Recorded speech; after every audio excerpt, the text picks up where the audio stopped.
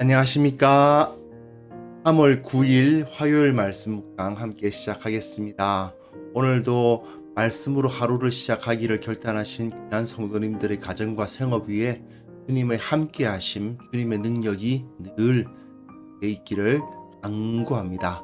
주님께서 오늘도 동일한 은혜를 주시고 오늘도 지켜주시고 오늘도 인도해 주실 것을 믿습니다. 오늘 본문은 사도행전 16장 6절부터 15절까지 말씀입니다. 날마다 솟는 샘물에서는 1절부터 시작되는데요. 어제 제가 5절까지 했죠.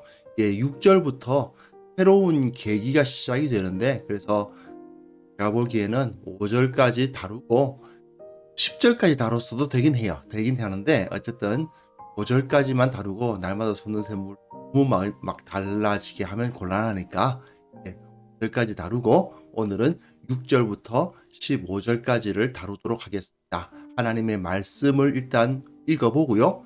그리고 그것을 통해서 이것이 무엇을 의미하는지 한번 생각해 보도록 하겠습니다.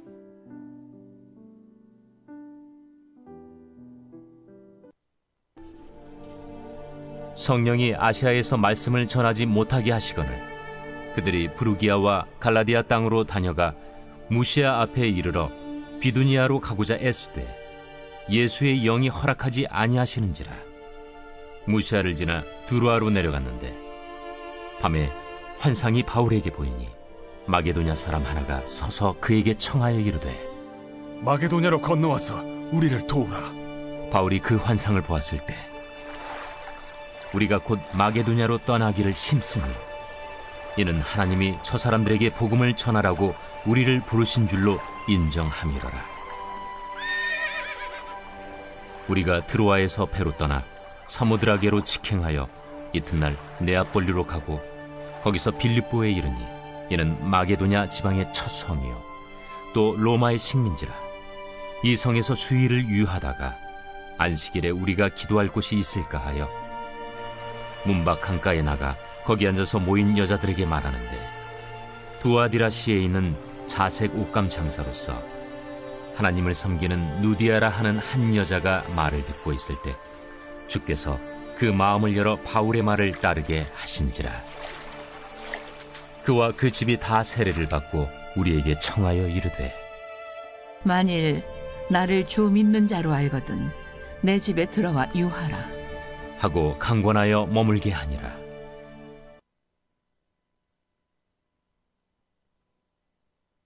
네, 지금 우리가 빌립보에서 바울이 루디아를 만나는 이야기를 확인을 했죠.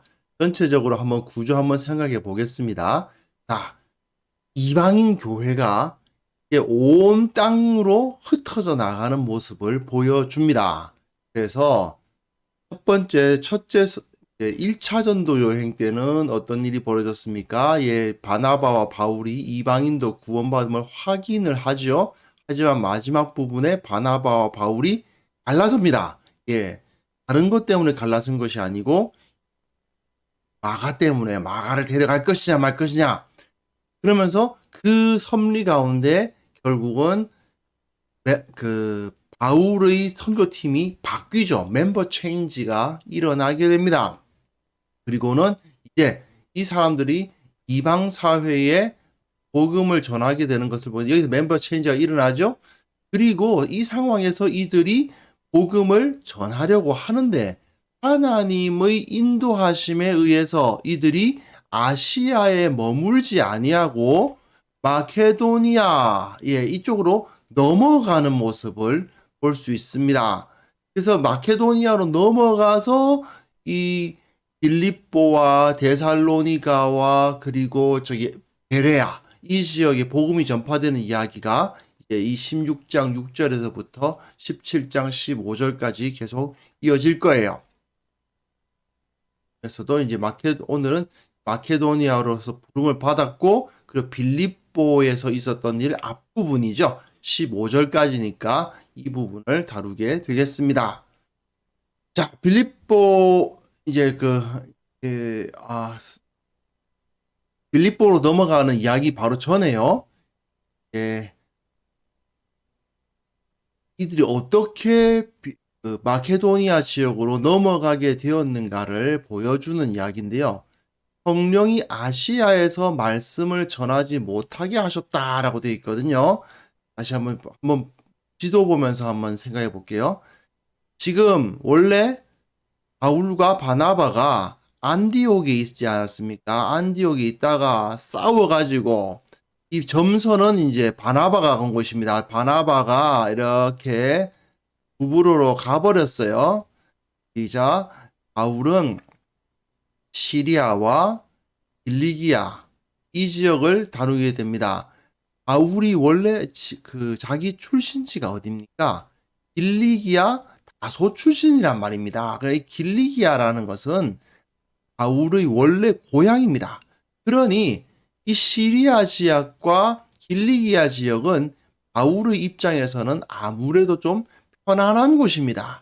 그리고 1차 전도 여행 때는 이렇게 와서 이렇게 돌아 들어갔습니다만은 이 길리기아 지역에서 1차 전도 여행 때 다녔던 이 이고니움 그리고 루스드라, 더베 이 지역이죠. 요 지역은 1차 전도 여행 때 제일 많이 사역했던 곳이니까 이 사람이 이 시리아도 좀 들르고 길리기아 자기 고향도 들르고 고향에서 조금만 더 가면은 이제 1차 전도 여행했던 그곳이란 말입니다. 1차 전도 여행 때는 이제 아무래도 바나바가 있으니까 바나바 고향부터 먼저 들렀다면 이제 바나바하고 결별을 했으니 바나바 고향 굳이 들릴 필요 없잖아요. 그래서 원래 했던 곳 그곳에서 갑니다. 자, 이 사람이 원래 하려고 했던 목적이 무엇인지를 기억해야 됩니다. 바나바에게 우리가 주의 말씀을 전한 각 성으로 다시 가서 형제들이 어떠한가 방문하자 이렇게 바울이 제안을 했었단 말이죠. 이게 원래 2차 전도 여행 가려고 했던 거죠. 바울과 바나바가 같이 가려고 했는데 마가 데려가자고 바나바가 하니까 의견 충돌이 나가지고 그만 갈라서게 됐지만 원래 이제 하려고 했던 건 뭐냐 하면 그 전에 1차 전도 여행 때 방문했던 그 교회 다시 가서 거기서 그 사람들 다시 만나고 그 사람들을 격려하는 그 사역 하려고 한단 말입니다. 그런데 하나님께서 아시아에서 말씀을 전하지 못하게 하시는 일이 벌어집니다. 아시아가 어느 지역이에요? 여기가 아시아인데 사실 아시아가 이 전체를 말해주기도 하고 그리고 이 지역이 아시아이기도 하거든요. 그러니까 이 지역에서 이제 아시아 쪽으로 넘어가기가 어렵고 그래서 이제 부르기아와 이 부르기아 지역이 있었다는 거죠. 본문을 보시면 부르기아와 갈라디아 지방 이 지역에 계속 복음을 전한 다음에 아시아로 이렇게 넘어가서 여기로 복음을 전할까 하고 있는데 아시아로 못 넘어가고 이 부르기아와 갈라디아 지방을 왔다 갔다 하다가 아시아로는 못 가고 이렇게 무시아라고 되어 있죠. 무시아는 이 지역을 전체를 말하는 거예요. 무시아 지역을 뚫고 들어가서 드로아까지 갑니다. 드로아. 이것이 드로아입니다. 드로아는 항구 도시예요. 이 항구 도시가 드로아 하면 이제 거기가 이게 생각나시죠? 뭐냐면 트로이. 드로아가 트로이입니다. 트로이 목마 했던 호메로스 이야기에 나오는 그곳이죠. 트로이 그리스와 이 트로이가 전쟁을 했죠. 10년간의 전쟁을 한 그 이야기인데 이 지역입니다. 이 항구입니다. 바로 건너가면 이제 이 지역은 어디예요? 유럽이죠. 그리스입니다. 근데 그리스인데도 그리스도 좀 나뉘어져 있어요. 윗부분은 마케도니아, 이 아랫부분은 아가야라고 나뉘어져 있어요. 근데 이렇게 이들이 어디로 가도록 이제 부름을 근데 일단 드로아로 내려가는 것을 볼 수 있는데, 이 다음 본문 보시면 밤에 환상이 바울에게 보이죠. 마게도냐 사람 하나가 서서 그에게 청하여 이르되 마게도냐로 건너와서 우리를 도우라, 이런 환상을 보게 됩니다. 자, 이 바울의 입장에서 한번 생각을 해보세요. 바울은 원래 자기가 1차 전도 여행 때 개척했던 그 교회에 그냥 가서 그 사람들에게 복음 전하고, 그리고 기껏해야 자기 고향과 가까운 그 길리기아, 그리고 뭐 조금 걸어가서 육로로 좀 더 가면 아시아, 뭐 그 정도 가려고 지금 생각을 하고 있었단 말입니다. 그런데 그 계획이 계속 틀어지고 성령께서 어떤 모습으로 복음을 전하지 못하게 하셨는지는 알 수가 없지만, 어쨌든 그 마음에 부담을 주셨던지 아니면 여건이 안 열리는 상황이 벌어졌다든지 뭐 그런 일들을 이제 일으키셔가지고 아시아 지역에서 머물지 못하게 만드시고는 어디까지 몰고 가시느냐? 예, 드로아까지 몰고 가셨다는 거예요.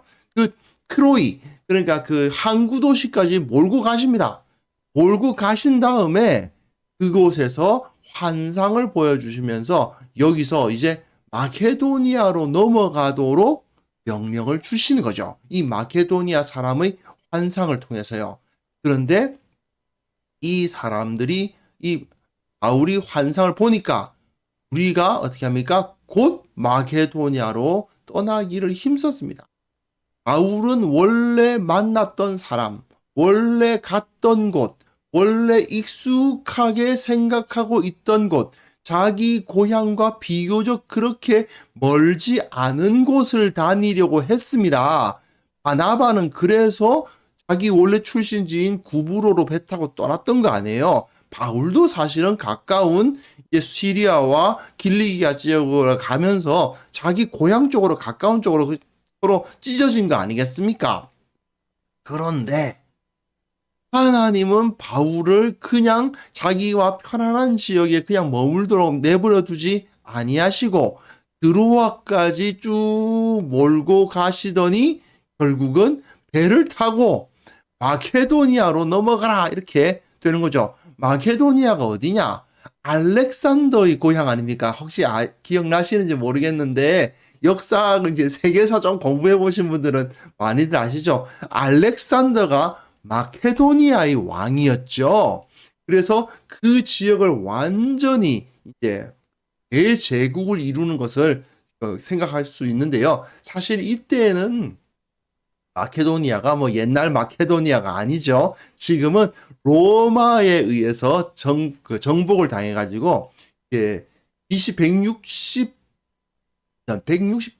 160 몇 년에 이제 로마에 의해서 망했어요. 그래가지고 168년 맞습니다. BC 168년에 로마에 의해서 망해가지고 완전히 그 로마의 속주가 되어 있었단 말이죠. 그러니까 뭐 168년이니까 지금 이때가 AD 40년 정도 되지 않았겠습니까? 40년에서 50년 정도, 그 정도 왔다 갔다 할 수 있을 것 같은데, 그때쯤이니까 벌써 거의 200년 전의 일이니까 이미 마케도니아는 로마에 의해서 완전히 집어삼켜진 그런 곳이긴 합니다. 그런데 이곳은 유대인들하고 별로 안 친한 곳이다 이거죠. 그럼에도 불구하고 하나님께서 마게도니아로 떠나라, 이렇게 명령을 주고 계신 겁니다.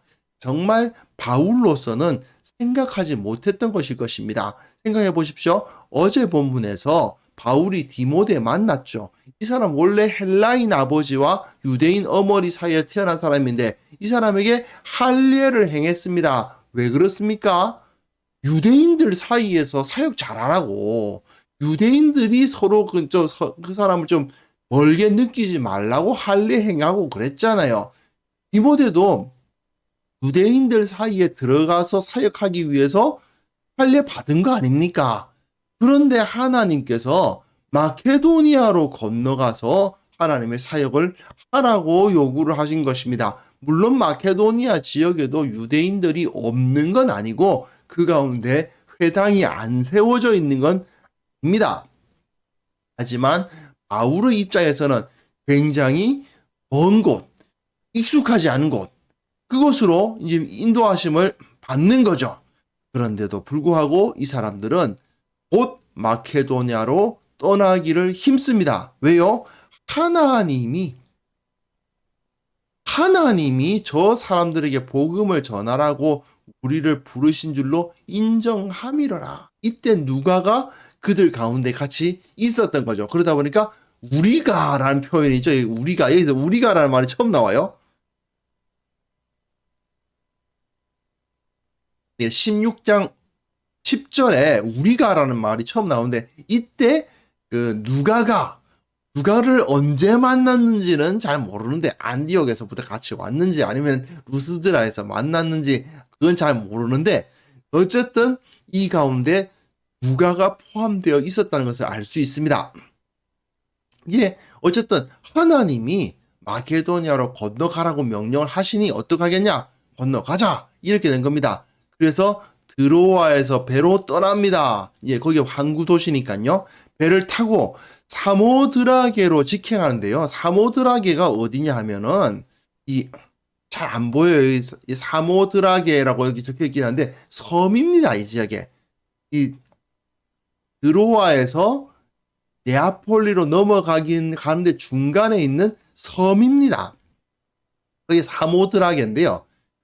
한마디로 말해서 각종 우상숭배로 유명한 섬이었습니다. 이번에 현대에도 그 승리의 신 니케, 왜 나이키 있잖아요. 요즘 왜 그 운동화 그 왜 브랜드로도 나오는 그 니케 신의 그 신상이 발굴되기도 하고 그랬던 곳이에요. 뭐 저기 호메로스의 그 서사시에서는 바다의 신 포세이돈이 그 사모드라게 섬 위에 올라서서 트로이를 내려다보고 뭐 그랬다는 등 뭐 그런 그 이야기들이 많은 그런 섬입니다. 그런데 일단 사모드라게로 딱 가요. 어떤 느낌이 들겠어요? 이 사람들 다 유대인들이에요. 물론 누가는 유대인이 아니었을 것 같아요. 하지만 거의 다 유대인들이에요. 유대인으로서의 정체성을 갖고 있는 사람들인데 그냥 우상이 바글바글한 대로 딱 들어간 거죠. 헉 싶었을 겁니다. 그렇지 않습니까? 그거 보고 자 마음의 준비하자. 그 다음에 다시 마음 들고 네아폴리는 뭐냐면 네아폴리스인데요. 네아 하는 말은 새로운 뉴한 뜻이고요. 예, 폴리스 하면은 도시란 뜻이죠. 새로운 도시, 신도시란 뜻입니다. 네아폴리란 말은 신도시. 지금은 카발라라는 그 지역으로 명이 바뀌었다고 하는데요. 이 당시에 이 네아폴리가 어떤 지역이었느냐? 로마 해군이 배를 이렇게 해가지고 로마 해군이 그냥 주둔하고 있었던 그런 항구 도시였습니다. 그러니 한번 생각해 보세요.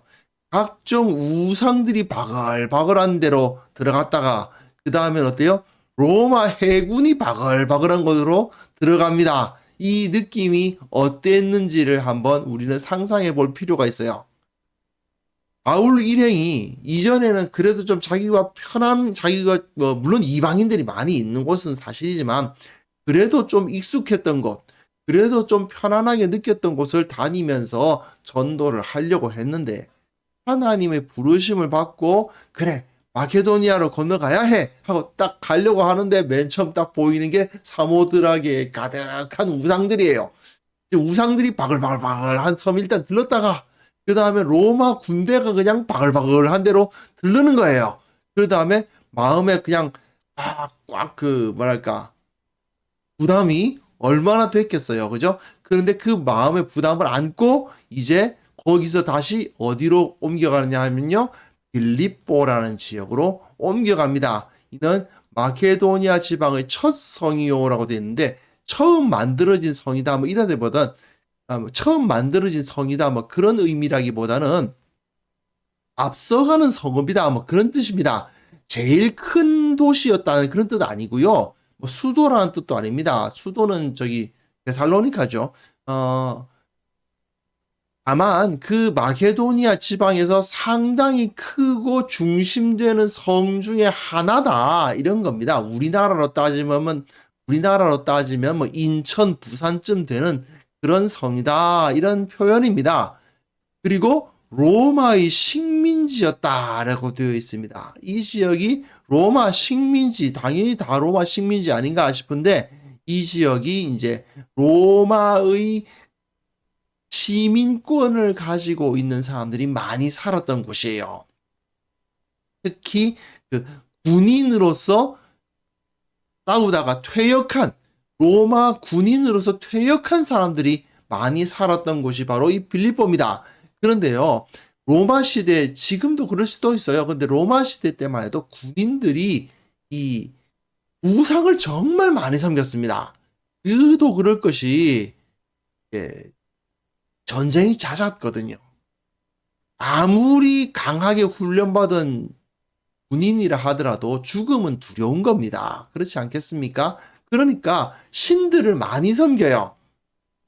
각종 신을 섬기면서 이제 자기 지켜달라고 막 하는 거죠. 그러다 보니까 빌립보는 어떤 곳이에요? 그냥 우상이 바글바글한 도시예요. 그뿐만 아니고요. 황제 숭배를 하는 곳이었으면 황제 숭배, 여러 신들을 섬기는 우상 숭배를 하는 그런 곳이었던 거죠. 그런데 더 결정적으로 13절 보십시오. 안식일에 우리가 기도할 곳이 있을까 하여. 이게 무슨 뜻일까요? 안식일에는 유대인들이라면 어딜 가야 될까요? 우리는 어떻습니까? 주일 되면 어디 가야 돼요? 교회 가야 되죠. 유대인들은요, 안식일 되면 회당 가야 됩니다. 그런데 회당이 없어요. 예, 회당이 없는 겁니다. 유대인들이 모여 있을 회당이 존재하지 않습니다. 이게 결정타죠. 그러니까 유대인들이 회당조차 없는 지역으로 하나님께서 인도하신 거예요. 이 바울 일행의 입장에서 봤을 때는 이 빌립보로 와가지고 그야말로 죽을 고생하는 거예요. 지금 왜 그렇습니까? 회당이 없다는 것은 유대인 공동체가 없다는 뜻이고, 유대인 공동체가 없다는 것은 유대인들의 문화가 전혀 없다는 거예요. 그곳에 우상은 바글바글한데 정작 유대인으로서 먹을 수 있는 것도 없어요. 그렇죠? 피를 다 빼고 완전히 깨끗하다고 인정받은 것만 먹는 유대인들 아닙니까? 그런데 완전히 100% 이방 문화로만 이루어져 있는 도시가 바로 빌립보입니다. 근데 그 빌립보로 하나님께서 인도해 들어가신 겁니다. 유대인들의 입장에서는 어때요? 굉장히 멀고 굉장히 부담스럽고 굉장히 불편한 그야말로 최악의 상황입니다. 이 숙박시설, 보통 유대인들은 어느 도시에 들어가면 어디가 숙박시설이 되느냐? 회당이 숙박시설이 됩니다. 회당에 가서 또 거기서 묵기도 해요. 그런데 여기는 어때요? 이방인들이 머무는 그 여관방 들어가서 숙박을 해야 되는 거 아니에요? 그러니 전통적인 유대인의 입장에서는 그야말로 곤욕을 치르는 겁니다. 결정적으로 안식일이 됐는데 예배할 곳이 없잖아요. 얼마나 괴롭습니까? 그러니까 자기네들이 야 우리끼리 예배 드리자 이렇게 해서 어디로 가느냐? 강가로 나가는데, 이게 강가라는 게 어떤 분들은 이 진짜 그 큰 강이 아니고 이 로마 시대에는 물이 각 도시로 다 이렇게 수도 시설이 다 되어 있었거든요.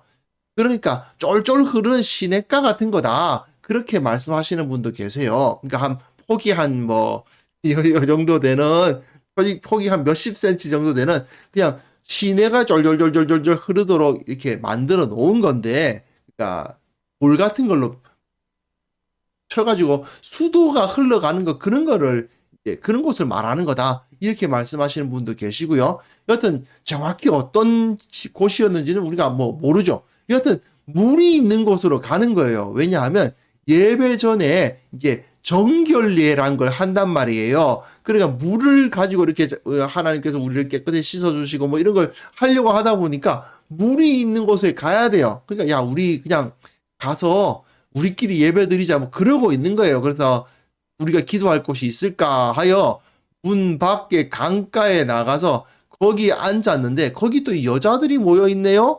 그래서 그 여자들에게 말을 합니다. 참 묘하죠. 예수님께서 우물가의 여인에게 말씀하신 것처럼 비슷한 모습이 여기에 나타나는데 각 문화권마다 남자와 여자의 거리는 다 다릅니다. 그렇지 않습니까? 예전에 우리나라 그 문화에서는 남녀 7세 부동석이죠. 절대로 같이 못 있지만 점점 문화적으로 가까워지고 있죠. 예. 여튼 이 지역 문화와 저 지역 문화가 다 다른데 이 당시 유대인들의 문화에서는 남자와 여자는 굉장히 멉니다. 따로따로 있어야 돼요. 함부로 그들에게 대화를 나누고 그러지 않습니다. 그런데 여기서 어떤 일이 벌어지느냐? 그 여자들에게 복음을 전하는 이야기가 기록되어 있어요. 아무래도 자기네들끼리 예배를 드리고 서로 대화를 하고 하는 것이 여자들에게 들렸을 수도 있고 여자들이 관심을 가지니까 그냥 관심을 가지고 있네 하고 그들에게 말을 했을 수도 있는데 정확히 어떤 계기로 이들과 말을 트게 되고 그 대화가 이루어지게 되었는지는 아무도 모르지만 어쨌든 지금 바울과 특히 유대인 출신의 바울 그 일행들로서는 정말 당황스러운 정말 익숙하지 않은 그런 상황에 완전히 몰려와 있다라는 것은 우리가 이해를 할 필요가 있습니다. 사모드라게에서 그 우상이 가득한 섬부터 시작해서 네아폴리로 해서 빌립보에 가서 회당도 없고 예배 드릴 곳도 없고 유대인 공동체도 없는 그런 상황에 밀려 들어가가지고 그야말로 죽을 고생을 하고 있는데 그곳에서 또 여자들하고 대화를 하는 그런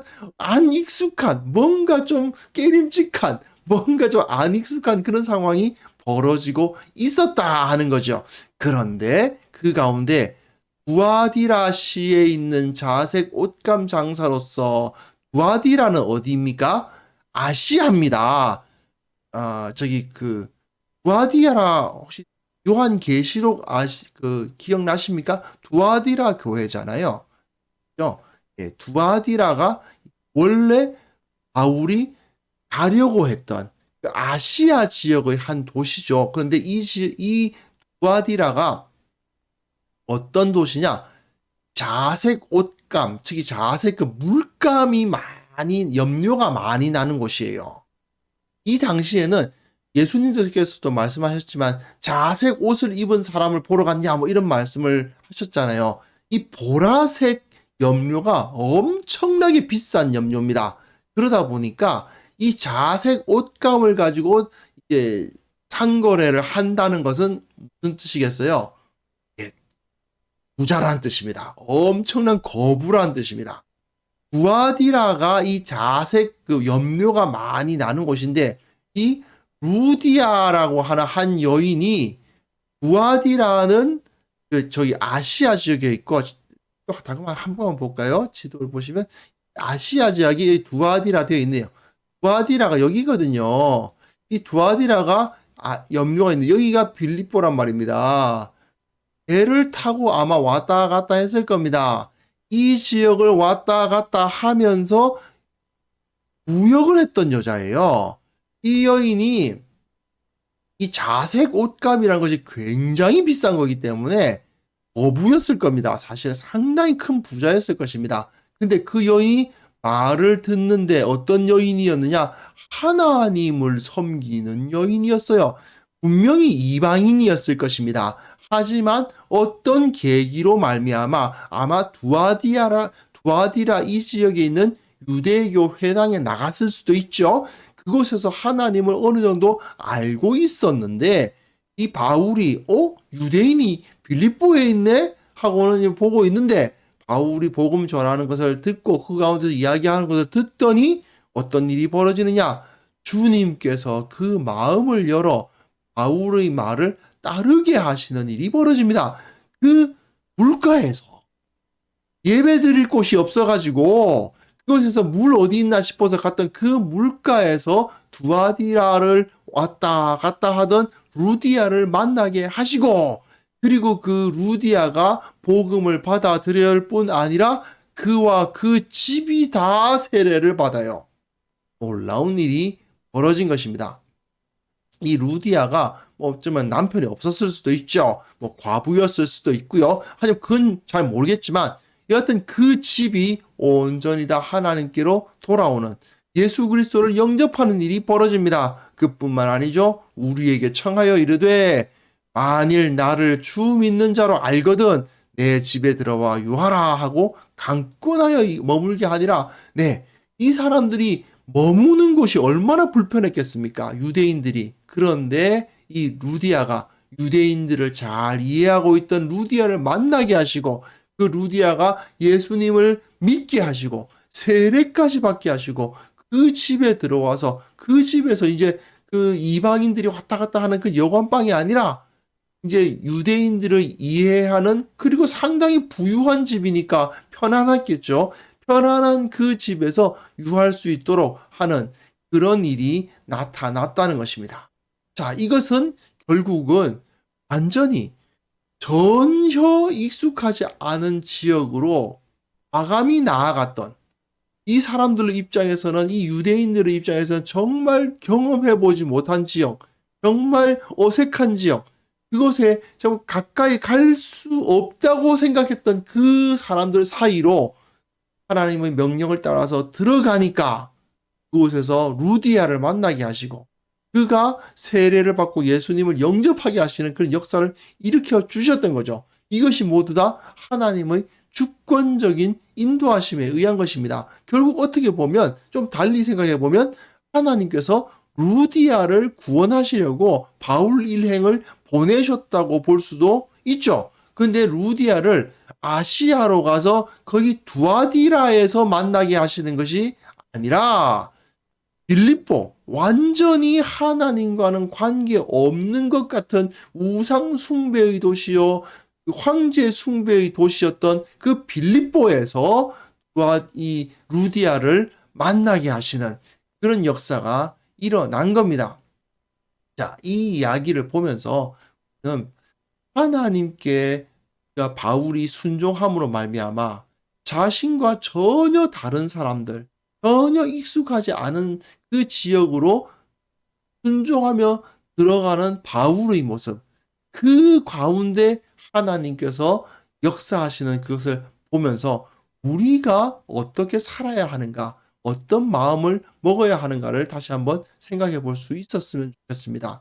바울이 하나님의 명령에 따라서 하나님의 인도하심에 따라서 자신이 살아왔던 그 익숙한 환경을 버리고 새로운 길로 나가지 않습니까? 이게 바로 사명자의 태도라는 것이죠. 나는 내가 익숙한 대로 할 거야. 난 내가 해왔던 대로 살 거야. 이번에 어떻습니까? 코로나19 터지니까 익숙한 대로 살다가는 전부 다 아무것도 못하게 되는 완전히 망하는 상황이 벌어지기까지 했죠. 지금 우리는 하나님의 인도하심 가운데 있습니다.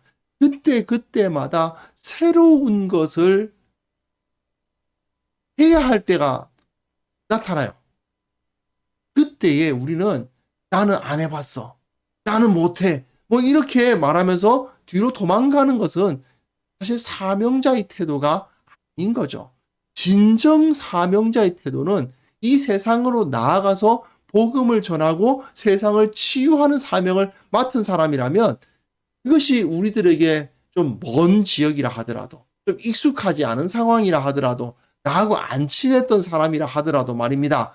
그곳에 가서 복음을 전하겠다 하는 그런 결단력이 필요한 것입니다. 많은 선교사님들이 여러 지역에 흩어져서 선교하러 나가시는데 그분들이 정말 그 지역의 말이 너무 능통해서 난 이 지역에만 들어가면 막 그냥 피가 막 잘 돌아가는 것 같아. 막 너무 기분이 좋아서 그곳으로 가셨겠습니까? 아니거든요. 정말 먹는 것도 안 맞고 기후도 안 맞고 익숙하지 않은 사람들, 안 친한 사람들 가운데 그 선교사들이 들어가는 이유가 무엇입니까? 하나님께서 주신 사명 때문 아닙니까? 사명에 복종하시려고 그렇게 들어가시거든요. 우리가 다 선교사가 되어야 된다는 것은 아니지만 정말 선교사들처럼 하나님의 명령, 하나님의 부르심에 순종해야 되지 않겠습니까? 그렇다면 내가 익숙한 곳에만 머물러 있겠다. 나는 내가 좋아하는 것만 하겠다. 나는 어릴 때부터 내가 늘 해왔던 것에 그냥 그것 갖고 뭘 해보겠다. 이런 마음만 갖고 있어서는 하나님의 말씀에 순종할 수가 없는 거죠. 우리는 익숙한 것으로부터 결별할 수 있는 용기가 필요합니다. 하나님께서 우리를 어느 지역으로 어떻게 인도하시든지 간에 나는 내가 편한 사람들하고만 있을 테야. 나는 내가 편하게 지내는 곳에서만 살 테야. 이런 마음을 갖지 않고 하나님께서 어디로 인도하시든지, 그렇죠. 아골골짝 빈들에도 복음 들고 가오리다. 그것이 진정 사명자의 태도가 아니겠습니까? 내가 어디로 가든지 주님께서 나와 함께 하시니 나는 두려워하지 않겠노라. 그 마음으로 새로운 것, 익숙하지 않은 곳에 내가 처한다 하더라도 그곳에서 하나님께서 내게 맡기시는 사명이 있을 것이라는 것을 기대하면서 주님의 인도하심을 기대하고 기도하고 순종하는 우리 모두가 되었으면 좋겠습니다. 예, 함께 하는 시간 가졌으면.